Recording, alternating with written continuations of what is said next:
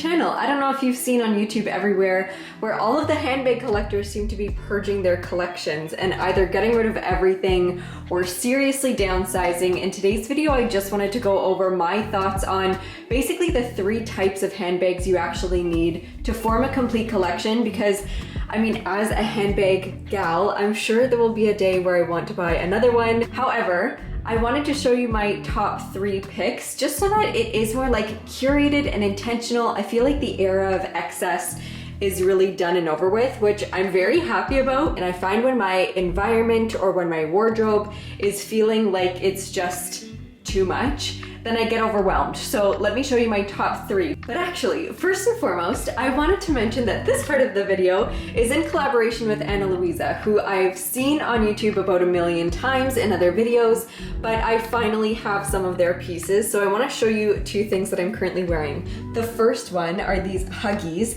I love them because they're actually like sturdy. They've got some heft to them, which is nice because I have another pair of Huggies that I wear quite often. If not in this hole in my ear, I have a few others as well, but I really love these ones because the rhinestones are a good size. They're light reflecting, but they're not overpowering, and the gold tone on the inside is beautiful. Sometimes I find that the golds can be a little bit too yellow almost, and then it just looks too inexpensive.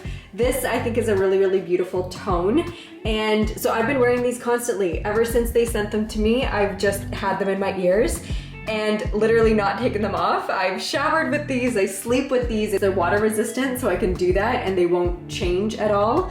And they're hypoallergenic, which is nice because my ears tend to be a little bit sensitive, kind of like the rest of me, and sustainable, which is great to boot. The other one that I wanted to show you was this necklace. This is their pebble necklace, and I've been seeing people wearing necklaces that are a little bit more statement, especially in pendants, which I like because normally I just wear my choker necklace with the single diamond. This style where it is more minimal is just what I tend to gravitate towards, kind of like the handbag selection. I want it to be minimal, I want it to be intentional, but I want to have pieces that I can both use on the daily but also have a statement to them. I just love Luisa's selection, so definitely check them out. I'll have them linked down below. And I know that for a fact, they've got an amazing Valentine's Day edit going on, which is also on sale.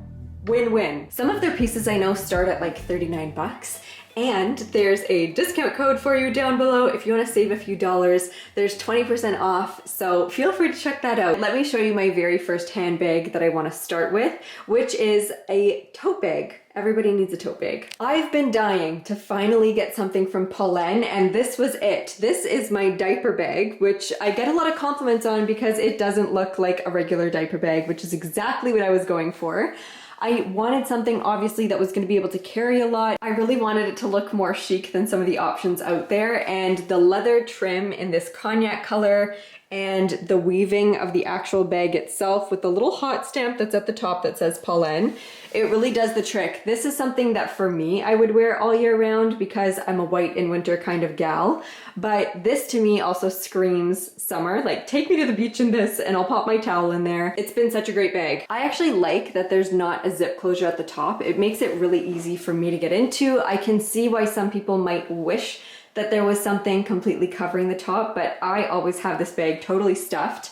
So I like that it's just a little snap. I will say about the second layer of handles, because there's a shorter version as well, sometimes it can be a little bit difficult to tell which handle is which if some of them are folded in, but I mean, it's a pretty minor complaint. I've been to Paris a couple times, and whenever I was there, the store was closed. So I ended up buying it online, and I got it quite quickly, and I just love it. So highly recommend. Honestly, this one is like a 10 out of 10.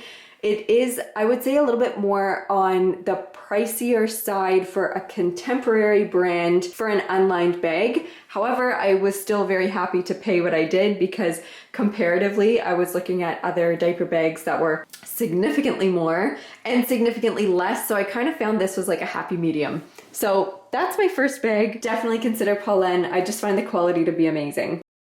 Okay, the second bag on the list has to be this one. I think this is my favorite bag in my collection. I love this so much. I've mentioned before that this was like the one on the vision board that has been there for literal years, and I can't get enough of it. So the boxes that this checks, it's, I would say, a medium-sized bag. This is considered definitely on the bigger side for Hermes. This is a 32. So just to put it into context, this is a vintage Hermes Kelly in size 32. It's the Cellier style, which means that it's more stiff and you can see the stitching on the outside. It's got the gold hardware, but most importantly, the condition for this one, when I found it, I was like, this is the one, because the condition is phenomenal. The box calf is something that can really show wear, but I'm so happy to say that this one is like almost pristine. I'm very, very happy with it. The reason why I'm telling you about this one is because I do feel like everybody needs a black bag. As much as I'm a white kind of gal, a black bag literally will go with every single outfit, and that's exactly what this one does.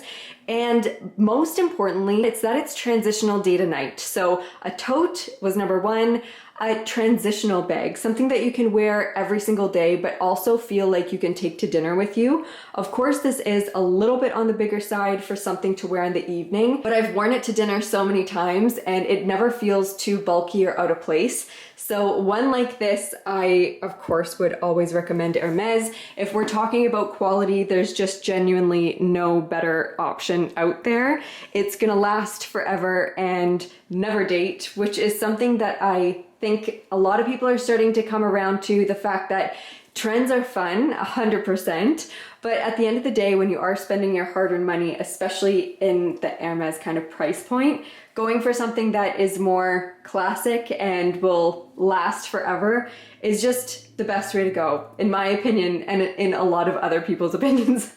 So Kelly is number 2. This is baby number 3, and it is the Cartier Panthere in the green.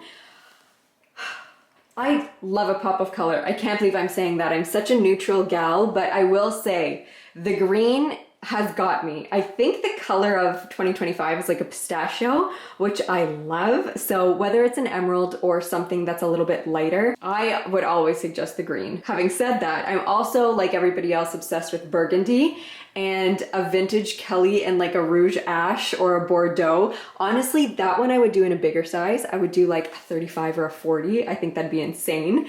But for my colored bags at the moment, it's green for me. I love the leather. I feel like Cartier leather is so underrated, but it has held up amazingly. I've taken this one abroad with me once or twice actually, and the wear has been amazing. I've worn it decently. I don't really baby my bags when I take them out. So the box that this checks is, of course, that it's a top handle. Top handles are my fave, but I just feel like it's the most like feminine and girly, and I feel like every gal needs one.